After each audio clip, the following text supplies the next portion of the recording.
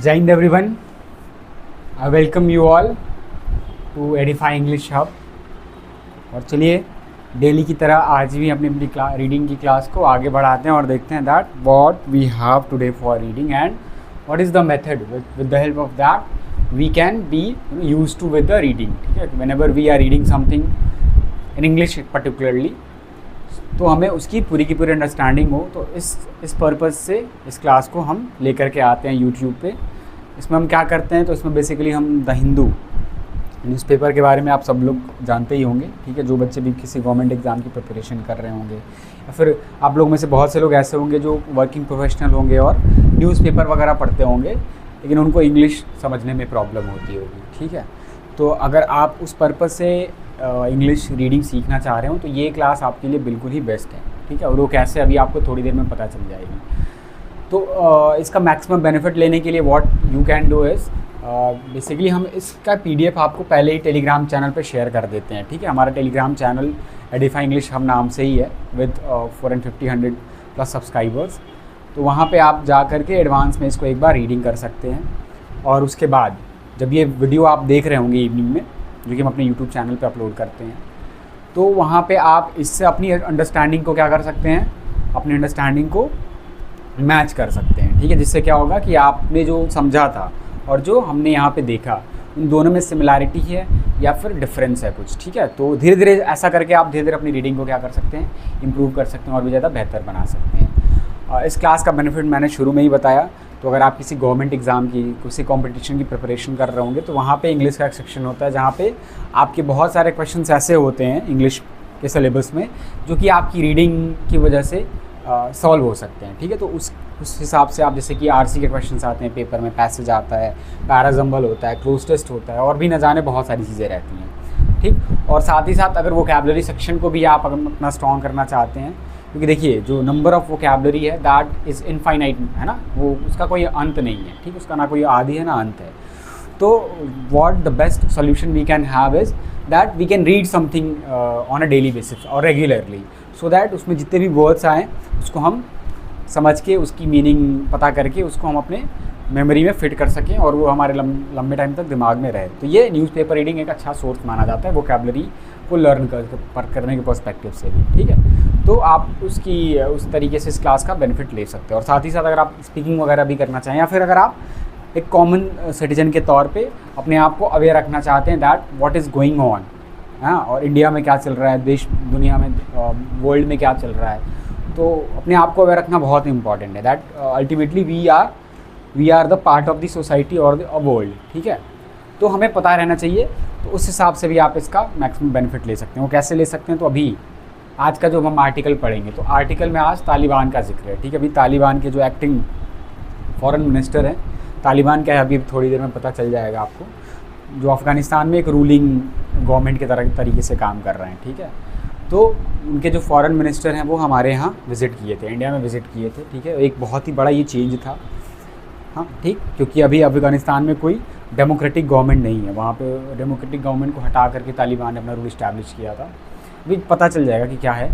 तो वो विज़िट पे आए थे, तो ये दिखा रहा है कि हमारे जो रिलेशंस हैं, ठीक है, कहीं ना कहीं वो अफ़गानिस्तान जो कि बहुत इंपॉर्टेंट रीजनल एक नेबर है हमारा इंडिया का, आपको पता है नॉर्थ में it shares its border from India, तो उस लिहाज से काफ़ी इंपॉर्टेंट हो जाता है कि अगर हम अपने रिलेशन को रीजन में, इस नेबरहुड में अच्छा मेंटेन करके रखना चाहते हैं, तो हमें हर एक रीजनल पार्टी से, रीजनल कंट्री से रिलेशन मेंटेन करके रखना पड़ेगा। ठीक, तो उस हिसाब से बहुत इंपॉर्टेंट ये विज़िट हो जाती है।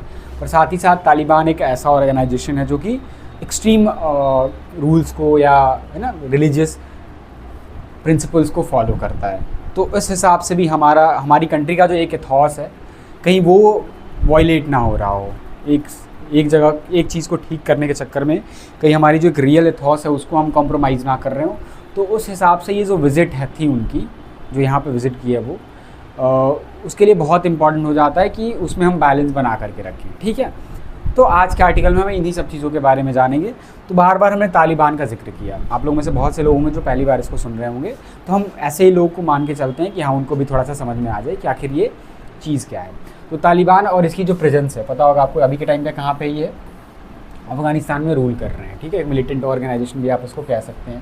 तो तालिबान है क्या? तो तालिबान एक इस्लामिस्ट मिलिटेंट ग्रुप है। अभी हमने बताया कि इस्लाम के रूल को फॉलो करने वाला एक ग्रुप है जो कि मिलिटेंट है। मिलिटेंट का मतलब हथियार वगैरह इनके पास अपने रहते हैं, लड़ाई वगैरह करने में काफ़ी मतलब लड़ाई वगैरह करने के मामले में काफ़ी अग्रसर या आगे होते हैं। दैट इमर्ज्ड, जो कि सामने आया, कब सामने आया? 1990s के अंदर आया था, ठीक है। 1990s के बाद का जो टाइम पीरियड था उसके सामने आया कहाँ पे? अफ़गानिस्तान में। तो ये अफ़गानिस्तान में इस रूल करने वाले एक इस्लामिस्ट मिलिटेंट ग्रुप है। द नेम, इसका क्या मतलब होता है? इस तालिबान का मतलब क्या होता है? तो स्टूडेंट, इसका मतलब होता है स्टूडेंट यानी छात्र। इन पाश्तो, एक लैंग्वेज होती है पाश्तो, अफ़गानिस्तान में ये काफ़ी फेमसली बोली जाती है, पाश्तोइज़्म। तो वहाँ पे स्टूडेंट को आप तालिबान नाम से डिनोट करते हैं, ठीक। इट फर्स्ट रूल्ड, इसने पहली बार अफ़गानिस्तान को रूल किया, उसके ऊपर शासन किया कब से? 1996 से लेकर के 2001 तक, यानी इतने टाइम पीरियड तक वो वहाँ पे रहे। और ये इन्होंने स्ट्रिक्ट शरिया लॉ है ना, इस्लामिस्ट रिलीजन में एक लॉ होता है, कई सारे लॉ होते हैं, उनमें से एक लॉ ये भी है शरिया लॉ। तो काफ़ी स्ट्रिक्ट शरिया लॉ के तहत इन्होंने क्या किया? अफ़गानिस्तान में रूल किया।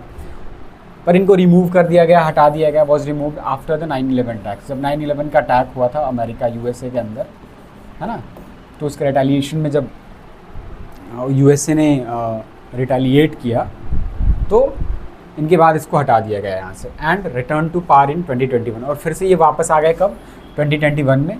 अफ़गानिस्तान की जो डेमोक्रेटिक गवर्नमेंट थी उनको हटा करके ये फिर से 2021 में पावर में आ गए after the withdrawal of US force. जब वहाँ से जो यूएस की फोर्स है उसने वहाँ से विड्रॉ कर लिया, यानी 9/11 अटैक के बाद यूएस की फोर्स ने, पता ही होगा आपको कि it is a renowned force world wide, तो अपनी बदले के लिए उन लोगों ने जो भी टेररिस्ट इन्वॉल्व थे 9/11 के अटैक में उनको ढूंढ करके उनको ख़त्म एलिमिनेट करने के लिए यूएस फोर्स ने पूरे के पूरे अफ़गानिस्तान, इवन पाकिस्तान में भी आपको पढ़ोगे तो पता चलेगा कि जो मास्टरमाइंड था 9/11 अटैक का, ठीक है, Osama bin Laden, if I am not wrong, तो उसको ख़त्म करने के लिए यूएस अफ़गानिस्तान में भी काफ़ी ज़्यादा इन्वॉल्व था मिलिटरीली, मतलब वहाँ की उनकी मिलिट्री अफ़गानिस्तान में आकर के टेररिस्ट आउटफिट्स को काफ़ी ज़्यादा ख़त्म और डैमेज कर रही थी, ठीक है। तो वहाँ से जब यूएस बाहर निकला तो 2021 में फिर से ये तालिबान पावर में आ गए। तो ये थोड़ा सा तालिबान के बारे में जानकारी है।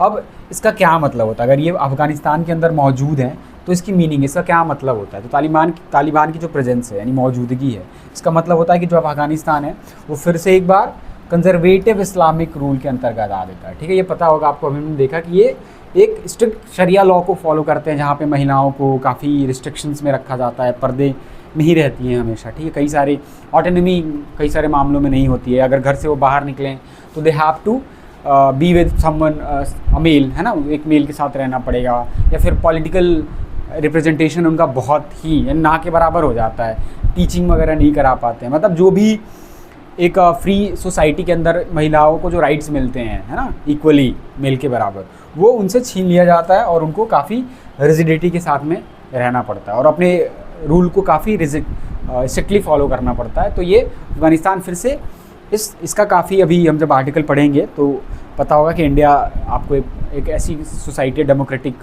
नेशन है जहाँ पे हम सबको इक्वली ट्रीट करते हैं, चाहे वो मेल हो, फीमेल हो, एल्डरली पीपल हो या फिर बच्चे हों, ठीक है। सबके अपने अपने राइट्स होते हैं और सबको इक्वली ट्रीट किया जाता है। बट अफ़गानिस्तान में ऐसा नहीं है जब से तालिबान की प्रेजेंस आई है यहाँ पे, ठीक। Ending it short democratic phase, यानी जो शॉर्ट डेमोक्रेटिक 20 साल का लगभग जो फेज़ था अफगानिस्तान के अंदर, उसको ख़त्म कर दिया इन लोगों ने और वहाँ पे कंजर्वेटिव इस्लामिक रूल लेकर के आ गए। It has lead to restrictions, इसने क्या किया है, लीड किया है, यानी लेकर के आए कि कितने रिस्ट्रिक्शंस को, लिमिटेशंस को ऑन वुमेन्स राइट, वुमेन के राइट्स को लेकर के। सप्रेशन ऑफ फ्री स्पीच, यानी फ्री स्पीच को भी काफ़ी ज़्यादा दबा दिया गया है यहाँ पे। एंड इकोनॉमिक आइसोलेशन, और ट्रेड वगैरह नहीं होती है ज़्यादातर। अगर पता होगा आपको कि दुनिया में अगर कोई भी कंट्री ऐसी है जो डेमोक्रेटिक वैल्यूज़ को फॉलो नहीं करती, तो ज़्यादातर जो कंट्रीज़ हैं, क्योंकि अभी के टाइम पे देखो आप तो डेमोक्रेटिक नेशंस ही हैं ज़्यादातर, है ना।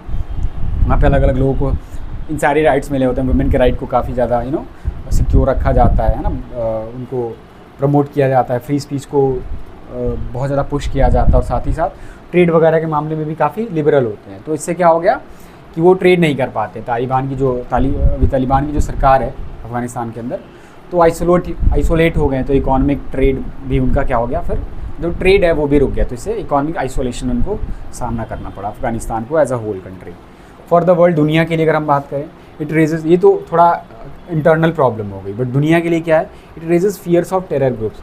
इसलिए टेरर ग्रुप्स के री इमर्स करने की जो डर है उसको भी क्या किया, फिर से खड़ा कर दिया, है ना। एंड फॉर इंडिया, और इंडिया के लिए कैसे, तो इट मीन्स स्टेइंग कॉशियस। ये क्या रहे, जो इंडिया है वो कॉशियस रहे, काफ़ी ज़्यादा चौकन्नी रहे about security and regional stability. यानी जो रीजन पता होगा कि सब साउथ एशिया है ना, इसको लेकर के एक ऑर्गेनाइजेशन भी है जिसको आप पढ़ सकते हैं, सार्क। ठीक, हालांकि अभी के टाइम पे ये काफ़ी ज़्यादा नम पड़ गया है, काफ़ी ज़्यादा न्यूज़ में नहीं रहता है, बट साउथ एशियन कंट्रीज़ का एक एसोसिएशन है, तो अफ़गानिस्तान भी उनमें से उसका एक मेंबर है। तो रीजनल सिक्योरिटी और स्टेबिलिटी के लिए इंडिया के लिए भी ज़रूरी है कि वहाँ पे चीज़ें सही रहें। ठीक है, क्योंकि इंडिया इज़ अ कंट्री जो कि माइनॉरिटी को, है ना, माइनॉरिटी में जो भी वुमेंस हैं, चिल्ड्रन हैं, एल्डरली है, इनकी फ्री स्पीच है, इनको सबको क्या हमें प्रमोट किया जाता है हमारी कंट्री में। तो हमारा रिलेशन किसी ऐसी कंट्री से कैसा मतलब ओपनली नहीं होना चाहिए। ठीक है, तो ये भी थोड़ी सी इंडिया के लिए कंसर्न है। ठीक है, तो अभी ये जो विज़िट है, अभी जो तालिबान के जो एक्टिंग फॉरेन मिनिस्टर हैं, तो इनसे बहुत सारे सवाल खड़े होकर के निकल करके आ रहे हैं कि हाँ, इंडिया आखिर व्हाट डज़ इट वांट। तो ये थोड़ा सा तालिबान और इसकी प्रेजेंस को लेकर के है, जो इसका प्रभाव पड़ सकता है पूरी दुनिया पे, इंडिया पे, और साथ ही साथ तालिबान के अंदर जिसका इम्पैक्ट हमें देखने को मिला है। तो ये थोड़ा सा उसकी जानकारी थी। अब आने वाले आज के आर्टिकल में बहुत ही अच्छे वर्ड आए हुए हैं। पहला वर्ड है दैट इज़ डिटोरिएशन। डिटोरिएशन का मतलब क्या होता है, तो एक वर्ड होता है डिटोरिएट करना, डिटोरिएट, है ना, ये वर्ब है, इसी का ये नाउन फॉर्म है, ये वर्ब है। इसका मतलब क्या होता है, किसी भी चीज़ को और भी ज़्यादा कमज़ोर कर देना, टू मेक समथिंग वर्स, और भी ज़्यादा ख़राब कर देना, दैट इज़ कॉल्ड डिटोरिएट करना। बहुत ही अच्छा वर्ड है। डरमाइन करना, है ना, या फिर पैरालाइज कर देना, that is the synonym of for this word deteriorate. तो इसी से ये इसका नाउन फॉर्म है। ये डिटोरिएशन का मतलब होता है एक ऐसा प्रोसेस जो कि बद से बदतर बनने का होता है, that is called deterioration. Decline, degradation भी आप इसको कह सकते हैं। ठीक, बहुत ही अच्छा वर्ड है ये। प्रैग्मेटिक बहुत ही अच्छा वर्ड है, ये एग्ज़ाम में फ्रीक्वेंटली पूछा जा चुका है कई बार, और आने वाले एग्ज़ाम में भी अगर आप बैठने जा रहे हैं तो ज़रूर ये क्वेश्चन आ सकता है, ये वर्ड आ सकता है। इसका मतलब क्या होता है, डीलिंग विद मैटर्स प्रैक्टिकली, किसी भी मैटर को डील करने के लिए when your approach is practical, तो दैट इज़ कॉल्ड प्रैग्मेटिक, है ना। थियोरेटिकल नहीं होता, प्रैक्टिकल होता है। ठीक है, बिहेवियरल होता है, that is called realistic, practical या फिर सेंसिबल, जिसका कोई सेंस हो, है ना। प्रैक्टिस से बना ये वर्ड प्रैक्टिकल। ठीक है, that is called pragmatic. Substantive बहुत ही अच्छा वर्ड है। ठीक है, यहाँ पे मैं आपको एक वर्ड और भी बताऊंगा, लेकिन पहले जान लेते हैं सब्सटैंटिव। सब्सटैंटिव का मतलब क्या होता है कि कोई भी ऐसी चीज़ जिसका एक रियल इंपॉर्टेंस या कंटेंट, सॉलिड कंटेंट हो, यानी उसमें वजन हो, है ना, काफ़ी ज़्यादा। सब्सटैंटिव का मतलब होता है काफ़ी ज़्यादा उस सीरियस हो, है ना, सीरियस हो, है ना, पेंसिव हो, थॉटफुल हो, जो थॉट को प्रवोक करे, है ना, सोचने पे मजबूर करे, है ना, मीनिंगफुल या सिग्निफिकेंट भी आप इसको कह सकते हैं, सब्सटैंटिव। जो नेक्स्ट वर्ड मैं बताने वाला हूँ ऑप्टिक्स को करने से पहले, एक वर्ड होता है सब्सटैंशियल। सब्सटैंशियल का मतलब क्या होता है, सब्सटैंशियल, थोड़ा स्पेलिंग आप लोग चेक कर लीजिएगा। ठीक है, सब्सटैंशियल, आई थिंक इसमें आई नहीं होता। ठीक है, सब्सटैंशियल, है ना। तो सब्सटैंशियल का मतलब क्या होता है, साइजेबल, है ना, साइजेबल, जिसका एक एक साइज़ हो। कंसिडरेबल भी आप इसको कह सकते हैं। ठीक, कंसिडरेबल, है ना, कि मतलब कोई चीज़ इतनी बड़ी है कि आप उसको इग्नोर नहीं कर सकते, दैट इज़ कॉल्ड सब्सटैंशियल। तो सब्सटैंटिव का मतलब होता है थॉटफुल या फिर पेंसिव, है ना, जो सोचने पे मजबूर करे, काफ़ी ज़्यादा गहनता को लेकर का है। बट सब्सटैंशियल का मतलब कि शेप में, इंपॉर्टेंस पे बड़ी है कि आप इसको इग्नोर ही नहीं कर सकते। ठीक है, that is called substantial. Next word है हमारा ऑप्टिक्स। ऑप्टिक्स का मतलब क्या होता है, तो पब्लिक परसेप्शन, नहीं, पब्लिक का एक जो परसेप्शन होता है ना, जो नज़रिया होता है, दैट इज़ कॉल्ड ऑप्टिक्स। या फिर अपीयरेंस ऑफ अ सिचुएशन, कोई भी सिचुएशन आपको कैसा लग रहा है उसको देख करके, क्या क्या उसके चांसेस हो सकते हैं, दैट इज़ कॉल्ड ऑप्टिक्स। ठीक है, परसेप्शन, सिचुएशन भी आप इसको कह सकते हैं, पब्लिक इमेज या परसेप्शन भी आप देखिए यहाँ पे। ठीक, आउटरेज का मतलब क्या होता है, तो जब लोगों का गुस्सा इतना ज़्यादा बढ़ जाता है कि वो प्रोटेस्ट करना शुरू कर देते हैं, that is called outrage. A strong feeling of anger और शॉक, है ना, बहुत ज़्यादा स्ट्रॉन्ग फीलिंग निकल करके जब आती है किसी चीज़ को लेके सामने, ये शॉक निकल करके आता है, that is called outrage. Fury, indignation या रैथ भी आप इसको कह सकते हैं। इंडिग्नेशन याद रखिएगा, बहुत ही अच्छा वर्ड है ये। अपीज़ का मतलब क्या होता है, अपीज़ का मतलब होता है किसी चीज़ को शांत करना, दैट इज़ कॉल्ड अपीज़ करना। टू काम, शांत करना, ये पैसिफाई करना by giving in to demands, यानी कोई किसी ने कुछ डिमांड किया और आपने अपने आप को सरेंडर कर दिया उस डिमांड के सामने, दैट इज़ कॉल्ड अपीज़ करना। प्लेकेट या मॉलिफाई, बहुत सारे वर्ड इसके और भी बता सकते हैं, बट अभी के लिए आप यही याद रखिए, ठीक है। अपीज़, काम, बाम, पैसिफाई, मॉलिफाई, प्लेकेट और स्वेज बहुत ही अच्छा वर्ड है, ठीक है। आप इस वर्ड को भी याद रख सकते हैं, ठीक है। सब अपने मीनिंग में अलग अलग होते हैं, लेकिन सिनोनिम के तौर पे आप यूज़ कर सकते हैं, ठीक। तो दैट इज़ अपीज़। कंसिडरेबल का मतलब क्या होता है? तो कंसिडरेबल का मतलब होता है लार्ज इन अमाउंट, एक्सटेंट और इम्पॉर्टेंस। हमने यहाँ पे देखा ना कंसिडरेबल वर्ड, ठीक है। सब्सटेंशियल का सिनोनिम, तो यहाँ पे वर्ड आ गया है, कोई भी चीज़ जो अमाउंट में बहुत बड़ी हो या एक्सटेंट में या फिर इंपॉर्टेंस में बहुत बड़ी हो, that is called considerable. Significant या सब्सटेंशियल, देखिए यहाँ पे ये वर्ड आ ही गया, ठीक है। वही सिग्निफिकेंट यहाँ पे भी आ गया, यहाँ पे भी आ गया, बट यहाँ पे आप सिग्निफिकेंट यहाँ पे ना यूज़ करके यहाँ पे इसको सिनोनिम मान सकते हैं, ठीक। नेक्स्ट वर्ड इज़ वेव, बहुत ही अच्छा वर्ड है। वेव का मतलब क्या होता है? तो वेव का मतलब होता है टू गिव अप वॉलंटरी, यानी किसी भी चीज़ को जानबूझ करके छोड़ देना, त्याग कर देना, दैट इज़ कॉल्ड वेव। छुटकारा देना, that is called wave. Relinquish, forgo या सरेंडर, ये इसके कुछ सिनोनिम है, ठीक। आई होप आपको ये सारे वर्ड समझ में आ गए होंगे। बहुत ही अच्छे अच्छे वर्ड हैं आज के आर्टिकल में, ठीक है। हम और भी सारे वर्ड को देखेंगे जब हम इसको पढ़ रहे होंगे। चलिए हम आज की अपनी रीडिंग की कंटेंट को देखते हैं कि आखिर हम अपनी रीडिंग को किस तरीके से एक वर्ड बाय वर्ड करके पढ़ने की कोशिश करते हैं, शब्दों को एक एक साथ जोड़ करके।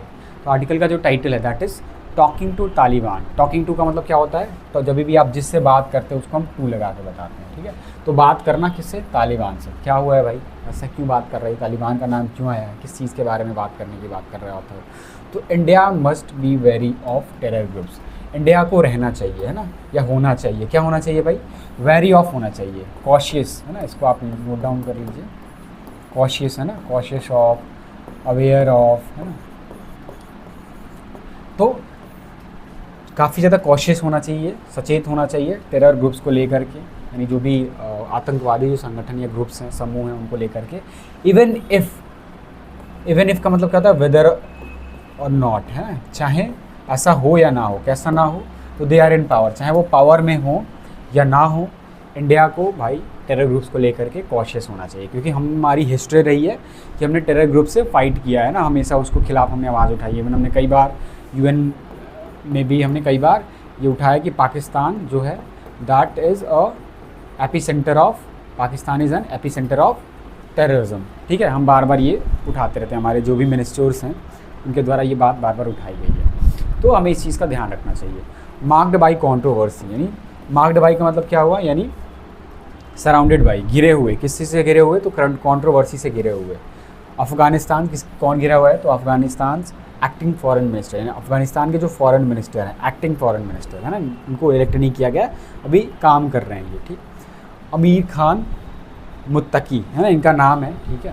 तो ये जो मुत्तकी, अफ़गानिस्तान के जो फॉरेन मिनिस्टर हैं मुत्तकी, इनकी जो ऑन गोइंग विज़िट, अभी भी जो विज़िट टू इंडिया, अभी जो जारी या कॉन्टीन्यूस जो विज़िट है इंडिया को लेकर के, इंडिया में, वॉज मेंट, उसका मतलब था वॉज मेंट टू सिग्नल देना, यानी एक संकेत देना किस चीज़ को? एक बड़े रीसेट को, बड़े रिजम्पशन को ठीक करने को, एंटाइज उन रिश्तों को लेकर के बिटवीन न्यू दिल्ली, यानी न्यू दिल्ली और द तालिबान, और तालिबान के बीच में इनकी जो विज़िट थी वो दिखा रही है कि न्यू दिल्ली और तालिबान, यानी एज अ होल अफ़गानिस्तान से हमारा जो रिलेशन है वो रीसेट हो रहा है, एक इस चीज़ का सिग्नल दे रहा है। The visit was his first, इनकी जो ये विज़िट थी, है ना, मिलने का जो काम था, आने का जो काम था, ये पहली बार था। कब से?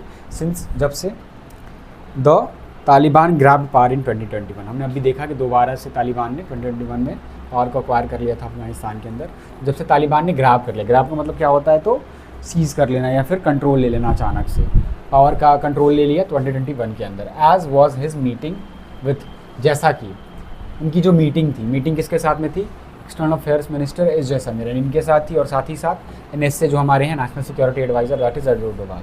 यानी इससे कुछ ना कुछ हमें संकेत मिल रहा है, ठीक है। जब से ये 2021 में पावर को फिर से अक्वायर किए हैं, तो उसके बाद से हमने ये देखा है कि ये पहला इनका विजिट रहा है। और किसके साथ मिले हैं? 2 लोग के साथ मिले हैं। It was made possible by the UN security council, ये इसको पॉसिबल किया जा सका है, ये संभव तभी हो सका by the UN security council, यानी UNSC की जो एक अलग से कमेटी है, दैट इज सैंक्शंस कमेटी, जो लोगों के ऊपर, ऑर्गेनाइजेशंस के ऊपर अलग अलग तरीके के सैंक्शंस या रोक लगाते रहते हैं। तो जब ये UNSC के जो ये सैंक्शन कमेटी है, दैट वेव्ड, जिसने वेव कर दिया, गिव अप कर दिया छोड़ दिया किस चीज़ को, ट्रैवल बैन को, यानी हटा दिया, बेसिकली छुटकारा दिला दिया किसको, उस ट्रैवल बैन से, जो कि किसके ऊपर था, ये मिस्टर मुत्तकी के ऊपर था। तो ये तभी पॉसिबल हो सका है, उनके ऊपर ट्रैवल बैन लगा हुआ था कि हाँ ही कैन नॉट ट्रैवल, है ना, अगर किसी भी कंट्री में वो ट्रैवल करेंगे तो उनको अरेस्ट कर लिया जाएगा, अगर वो कंट्री उनके खिलाफ एक्शन नहीं लेगी तो उस कंट्री के खिलाफ कोई एक्शन लिया जा सकता है यूएनएससी के द्वारा। तो ये अभी पॉसिबल तभी हो पाया जब वेव मिला, है ना, travel ban. Who is on the list of sanction, जो कि हु इज़, जो कि हैं कहाँ पे है, उस लिस्ट के अंदर है, सूची के अंदर है, जो कि है सैंक्शन टेररिस्ट का। नहीं, सैंक्शन का मतलब सैंक्शन मतलब जो जिनके ऊपर कोई रोक लगाई गई है, ऐसे टेररिस्ट की लिस्ट में है।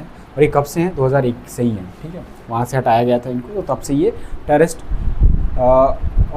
टेररिस्ट में गिने जाते हैं। तो ये इसीलिए यूएनएससी ने इनके ऊपर सैंक्शन लगा दिया था, तो फिर से वेवर मिला है। New Delhi has strategic reasons, New Delhi के पास अपने काफ़ी स्ट्रेटेजिक, है ना, रीजन से कारण है फॉर द वार्म वेलकम, इस वार्म वेलकम के लिए, यानी जो भी वेलकम किया गया इनका वार्म तरीके से, उसके लिए अपने रीजन से न्यू दिल्ली का, यानी इंडिया का, एंड इन्हांस्ड, और इन न्यू दिल्ली ने इन्हांस किया है इस चीज़ को, रिलेशनशिप को, यानी रिलेशनशिप को हमने आगे बढ़ाया है। क्लोज टाइज न्यूट्रलाइज, जो आपसी या जो समीपता के जो संबंध होते हैं वो न्यूट्रलाइज कर देते हैं। न्यूट्रलाइज का मतलब क्या होता है, कैंसिल कर देना, किसी चीज़ को इनफेक्टिव कर देना, इनफेक्टिव कर देते हैं किसी चीज़ को, कंसिडरेबल सिक्योरिटी रिस्क को, यानी बहुत ही जो बड़े बड़े हमारे सिग्निफिकेंट सिक्योरिटी के जो रिस्क हैं, खतरे हैं, उनको ये कम कर देते हैं। टेरर थ्रेट, और जो टेरर थ्रेट है फ्रॉम इंडियाज़, और इसको भी क्या कर देते हैं, वो न्यूट्रलाइज कर देते हैं फ्रॉम इंडियाज़ वेस्टर्न फ्लैंक, यानी कहाँ से, तो वेस्टर्न, इंडिया का जो वेस्टर्न फ्लैंक है, जो बॉर्डर है वेस्ट साइड में इंडिया के, तो वहाँ से ऐसे थ्रेट को या रिस्क को वो कम कर देते हैं या फिर न्यूट्रलाइज कर देते हैं, इनफेक्टिव कर देते हैं। इस विजिट से ये पता चल रहा है। एंड और क्या होता है भाई, एंड प्रोटेक्ट करते हैं, बचा करके रखते हैं इंडियाज़ पर्सनल, इंडिया के पर्सनल को जो वहाँ पे हैं तालिबान के अंदर या फिर अफगानिस्तान के अंदर, and considerable investment in projects, और क्या करते हैं, जो बहुत ही बड़े बड़े इन्वेस्टमेंट रहे हैं ना, कहाँ पे, इन प्रोजेक्ट्स के अंदर, देर वहाँ पे, यानी अफगानिस्तान के अंदर, तो उनको भी ये प्रोटेक्ट करके रखते हैं इस विजिट से, या क्लोज टाइट से ये चीज़ें होती हैं। द डेटोरिएशन, यानी ये जो धीरे धीरे कम होने का जो काम है इन अफ़गान पाकिस्तान टाइज, यानी जो धीरे धीरे ख़राब होने का जो काम है, प्रोसेस है अफ़गान और पाकिस्तान के रिश्तों के बीच में, इंडिकेट्स, ये दिखाता है, डिटोरिएशन दिखाता है, इंडिकेट करता है दैट की तालिबान, यानी जो तालिबान है, एज एन एनिमीज़ एनिमी, जो कि क्या है, दुश्मन का दुश्मन है, ये हमारे पाकिस्तान का भी दुश्मन है, तो पाकिस्तान अब कहते हैं ना कि हमारी एनिमी है। कुड प्रूव, तो ये जो तालिबान है ये प्रूव कर सकते हैं एक वैल्यूएबल अलाई को, है ना, कि ये एक अच्छे अलाई हो सकते हैं, एक अच्छे मित्र हो सकते हैं, वैल्यूएबल हो सकते हैं। गिवन दैट का मतलब होता है देखते हुए, याद रखिएगा, जब भी ये गिवन दैट आपको जब भी दिखे तो इसका मतलब पहली बात तो होता है देखते हुए, और इसके बाद हमेशा आप देखोगे एक क्लॉज आया होता है। क्लॉज का मतलब क्या होता है, एक सब्जेक्ट और एक वर्ब का पेयर, ठीक है, तो इस चीज़ को ध्यान रखना है आपको। देखते हुए किस चीज़ को, द तालिबान नाउ कंट्रोल, ये जो तालिबान है वो कंट्रोल करता है, अब कंट्रोल करता है, नियंत्रित करता है लगभग ऑल ऑफ अफगानिस्तान, पूरे के पूरे अफगानिस्तान के ऊपर किसका कंट्रोल है अभी के टाइम पे, तालिबान का कंट्रोल है। इट वुड सीम प्रैग्मेटिक, तो ये काफ़ी प्रैग्मेटिक लगता है ना, काफ़ी ज़्यादा प्रैक्टिकल लगता है कि हम इंगेज करें, टू इंगेज विद देम, यानी इनके साथ, कहाँ पे, at the level other regional, उस लेवल पे, उस स्तर पे, अदर रीजनल पावर्स, जिस लेवल पे जो बाकी रीजनल इस एरिया में जो पावर्स हैं, इसमें शामिल है कौन, रशिया, चाइना, पाकिस्तान, ईरान, और साथ ही साथ सेंट्रल एशियन के जो स्टेट्स हैं, जो देश हैं, तो उस लेवल पे ये इंगेज करना हमारे लिए भी प्रैग्मेटिक है, क्योंकि बाकी सारे देश भी क्या कर रहे हैं, उनसे ये इंटरैक्ट या इंगेज कर रहे होते हैं, तो हमारे लिए भी बहुत ही ज़रूरी है ताकि एक स्टेबिलिटी रहे इस रीजन के अंदर। इंडिया हैज़ अनाउंस्ड, इंडिया जो है उन्होंने अनाउंस कर दिया है, घोषणा कर दिया दैट की इट वुड अपग्रेड, ये अपग्रेड करेगा, इंडिया अपग्रेड करेगा किस चीज़ को, इंडिया एम्बेसी को, इंडिया का काबुल, यानी काबुल के अंदर जो इंडिया की एम्बेसी है उसको अपग्रेड करेंगे। और टेक्निकल मिशन दस पार, अभी तक ये क्या है, एक टेक्निकल मिशन है। टेक्निकल मिशन का मतलब क्या हुआ, दस पार अभी तक, इसका मतलब हुआ कि अभी जो एम्बेसी है इंडिया की काबुल के अंदर यानी अफ़गानिस्तान के अंदर, वो ह्यूमैनिटेरियन एड या फिर ठीक है, या फिर कुछ लिमिटेड डिप्लोमेटिक प्रेजेंस को शोकेस करती है, लेकिन अब अपग्रेड हो जाएगा तो बाकी सारी चीज़ें भी है ना, ट्रैवल वगैरह, वीज़ा वगैरह का काम, ये सभी चीज़ें फिर से रीओपन हो जाएंगी, ठीक है। एंड दैट बोथ साइड, और दैट की दोनों ही साइड हैं वो क्या करेंगे, एक्सचेंज करेंगे, अदला बदली करेंगे डिप्लोमेट्स को, यानी इंडिया से डिप्लोमेट्स कहाँ जाएंगे, अफ़गानिस्तान के अंदर जाएंगे और अफ़गानिस्तान से भी इंडिया के अंदर रेगुलर बेसिस पे आ सकते हैं। दिस टेक्स, ये जो चीज़ है वो लेती है India a step closer to recognising. ये जो दिस टेक्स इंडिया को ले जाती है एक स्टेप क्लोज़र, और भी एक स्टेप आगे या क्लोज, रिकग्नाइज़ करने को लेकर के द तालिबान गवर्नमेंट, तालिबान के गवर्नमेंट को। इससे पता चलता है कि वी आर, अगर हम एम्बेसी को और भी ज़्यादा अपग्रेड करने की बात कर रहे हैं तो दैट शोकेस कि हम तालिबान की गवर्नमेंट को ही रिकग्नाइज़ कर रहे हैं, उनको आइडेंटिटी दे रहे हैं, अपना रहे हैं। समथिंग ओनली रशिया, ये ऐसी चीज़ है जो केवल रशिया ने अभी तक किया है, ठीक है। रशिया इज़ अ कंट्री जिसने अभी अपनी एम्बेसी को और भी ज़्यादा वहाँ पे अपग्रेड किया हुआ है।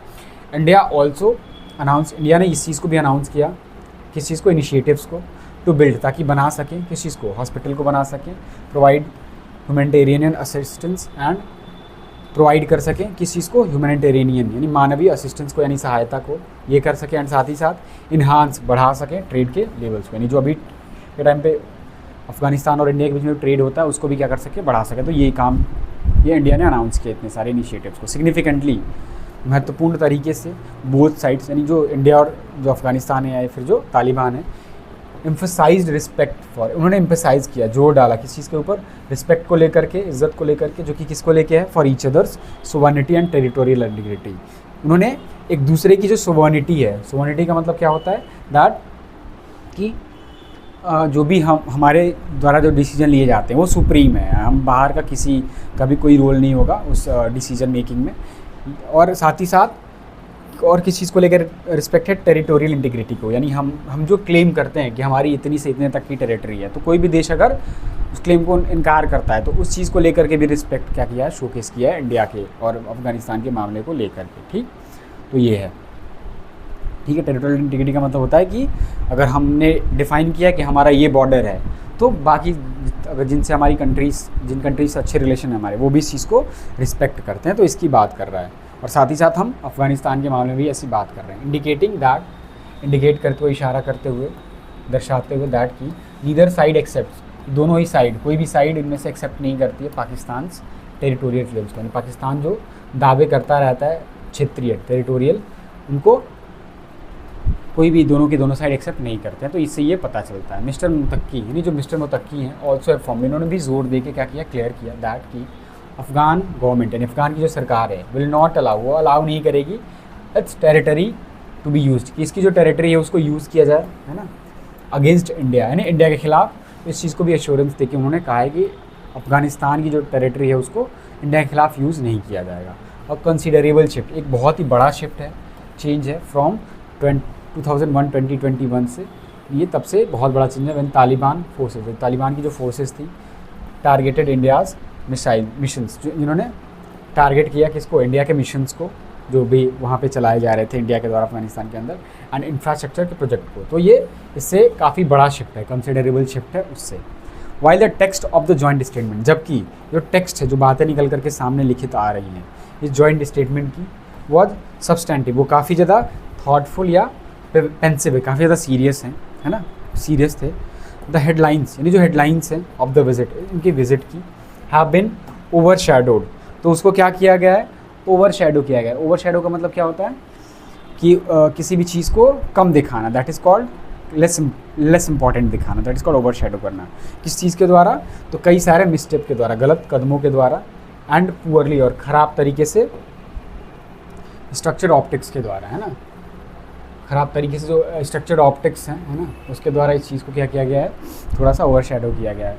The press conference at the Afghan embassy, यानी जो इंडिया के अंदर जो अफ़गान की एम्बेसी है, वहाँ पर जो प्रेस कॉन्फ्रेंस हो रही थी, एंड द अटेम्प्ट, और जो प्रयास थे टू रेज, खड़ा करने के उस फ्लैग का, जो कि है इस्लामिस्ट एमिरेट ऑफ अफ़गानिस्तान, यानी इस्लामिक एमिरेट ऑफ अफ़गानिस्तान के झंडे को जो रेज करने का जो प्रयास था, है ना, वॉज वन, वो उनमें से एक है। इट ऑल्सो इमर्ज दैट, ये भी निकल करके सामने आया दैट कि no women journalist had been invited, किसी भी वुमेन जर्नलिस्ट को इन्वाइट नहीं किया गया था, है ना, लीडिंग टू आउटरीच, जिसने क्या किया, आउटरीच को कॉज किया, यानी काफ़ी ज़्यादा बातचीत होने लगी इस चीज़, लोगों के अंदर काफ़ी ज़्यादा इस चीज़ को लेकर के गुस्सा उत्पन्न हो गया। 2 days लेटर, 2 दिन बाद, मिस्टर मुतक्की हेड अनदर, मिस्टर मुतक्की उन्होंने एक और क्या किया, एक और मीटिंग या कॉन्फ्रेंस रखी, ऑल इंक्लूसिव प्रेस कॉन्फ्रेंस, इसका जो कैसा था, इसमें सारे ही पार्टीज़ को इक्वली पार्टिसिपेट करने का मौका मिला था, है ना, और सारी चीज़ों के ऊपर बातचीत करी गई थी। ऑल इंक्लूसिव प्रेस कॉन्फ्रेंस का मतलब इस बार महिलाओं को भी क्या किया गया था, रिप्रेजेंटेशन दिया गया था वहाँ। द गवर्नमेंट, यानी जो सरकार है, विच डिस्टेंड, इसने दूर कर लिया था इटसेल्फ अपने आप को, यहाँ पे इंडियन गवर्नमेंट की बात कर रहा है, किस चीज़ से, फ्रॉम द इवेंट, यानी इस इवेंट से।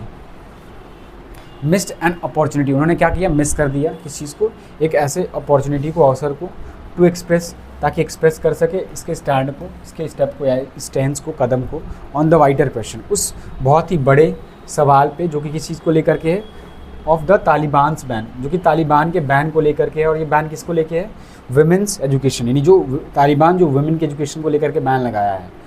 तो इंडिया का जो स्टैंड है, उसने इस दिखा रहा है कि हमने इस अपॉर्चुनिटी को मिस कर दिया है, ताकि हम उसके खिलाफ कुछ सवाल खड़ा कर सकें।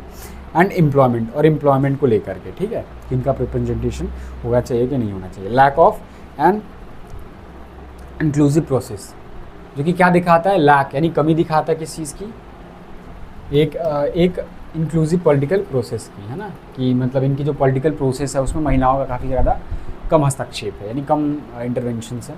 ट्रीटमेंट ऑफ माइनॉरिटीज़, और इसको भी लेकर के कि माइनॉरिटीज़ को किस तरीके से ट्रीट किया जाएगा, और जो पास्ट में अटैक्स किए गए हैं बाय द ग्रुपिस्ट तालिबान के द्वारा, तो इन सारे चीज़ों के ऊपर इंडिया का जो स्टैंड है, जो कि इंडिया एक्सप्रेस कर सकता था, उस अपॉर्चुनिटी को इंडिया ने मिस कर दिया, उसको अटेंड ना करके। While engaging the Taliban is no doubt important, मतलब इसमें कोई शक नहीं है कि इंगेज करने का काम है, बातचीत करने का जो काम है तालिबान के साथ, वो इम्पॉर्टेंट नहीं है, इम्पॉर्टेंट है, इसमें कोई शक नहीं है। एंड वाइटल, और काफ़ी इंपॉर्टेंट भी है। वाइटल का मतलब क्या होता है, बहुत ज़्यादा ज़रूरी है, इसेंशियल, ठीक है। वाइटल का मतलब क्या होता है, इसेंशियल, इसके बिना काम ही नहीं चलेगा। जैसे कि कहते हैं ना कि जो ऑक्सीजन है वो ह्यूमन एग्जिस्टेंस के लिए वाइटल है, तो हाँ, वाइटल का मतलब वही होता है। फॉर रीजनल सिक्योरिटी, यानी और किस चीज़ के लिए, तो रीजनल सिक्योरिटी के लिए, है ना, रीजन के अंदर सिक्योरिटी मेंटेन करके रखना है, तो ये बहुत ही ज़रूरी है ना। इंडिया मस्ट क्लैरिफाई, इंडिया को क्लैरिफाई करना चाहिए, स्पष्ट कर देना चाहिए, how far it plans to go down, कि इसके जो कितनी दूर तक इसके जो प्लान्स हैं, it plans to go down, ये प्लान करता है, इंडिया प्लान करता है कि वो नीचे जाएगा, गो डाउन द रोड, उस रोड पे, रास्ते पे, जो कि अपीज़ करने का, शांत करने का, खुश करने का इस ग्रुप को, यानी कब तक हम इनको शांत रखने के लिए खुश करते रहेंगे, है ना।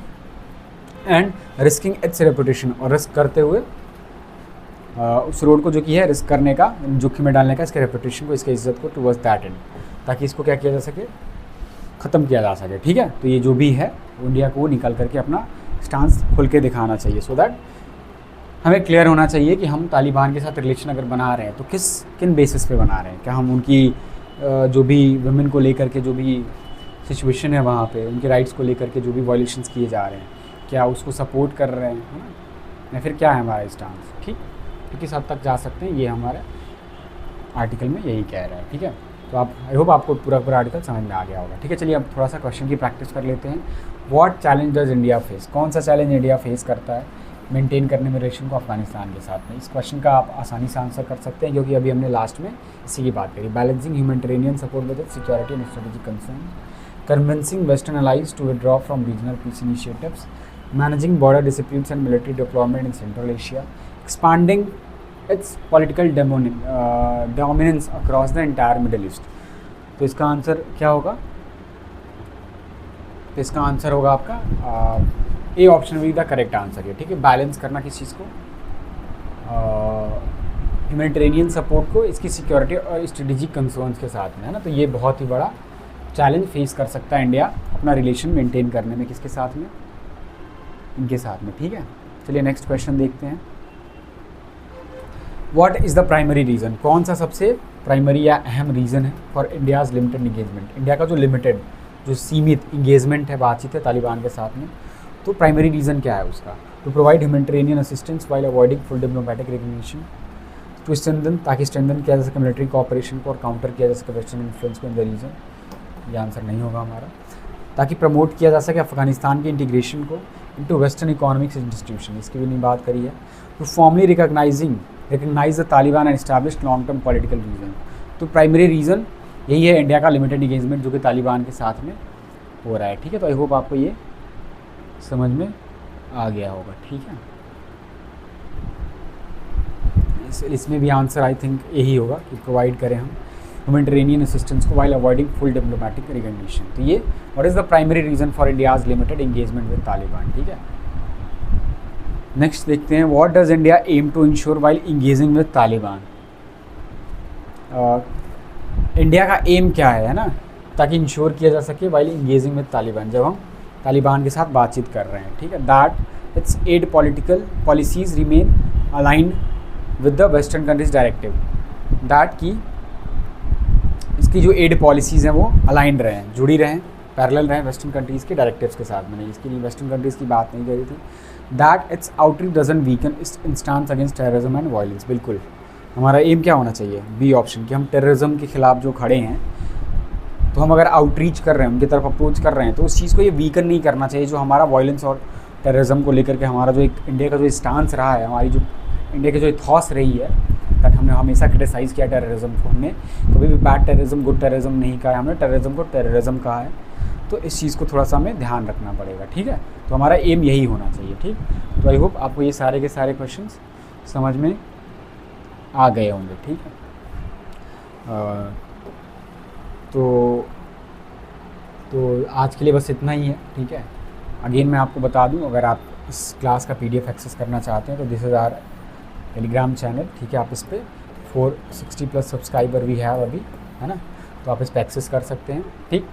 और हम इसका PDF अपलोड कर देते हैं शाम को, आप वहाँ पे जाकर के एक बार इसको अच्छे से रिवाइज़ कर सकते हैं, क्वेश्चंस को खुद से अटेम्प्ट कर सकते हैं, आर्टिकल खुद से पढ़ सकते हैं, और साथ ही साथ जो कंटेंट हम प्रोवाइड करते हैं, जो भी वर्ड्स हम प्रोवाइड करते हैं, आप उसको एक बार आप रिवीजन कर सकते हैं, ठीक। और साथ ही साथ this is our Instagram handle, जहाँ पे हम अपनी ऑफलाइन या फिर ऑनलाइन, जो कि हम अभी ऑनलाइन क्लासेस शुरू करने वाले हैं जल्दी ही, उससे रिलेटेड जितनी भी इन्फॉर्मेशन है हम आपको यहाँ पे प्रोवाइड करते रहते हैं। या फिर साथ ही साथ हम बहुत ही अच्छी अच्छी वर्ड्स, वोकैबुलरी, फ्रेजेस, है ना, ईडियम्स, स्टोरी वगैरह के माध्यम से उनके ओरिजिन को समझते हुए इस पर हम करते रहते हैं। तो ये काफ़ी एक अच्छा अच्छा प्लेटफॉर्म हो सकता है, जहाँ पे आप काफ़ी चीज़ें सीख सकते हैं, ठीक है। तो आप इसको भी ज्वाइन कर सकते हैं, ठीक है। This is the QR code है। तो आज के लिए बस इतना ही। आई होप आपको ये क्लास पसंद आई होगी। मिलते हैं आपसे नेक्स्ट आर्टिकल में। Thank you.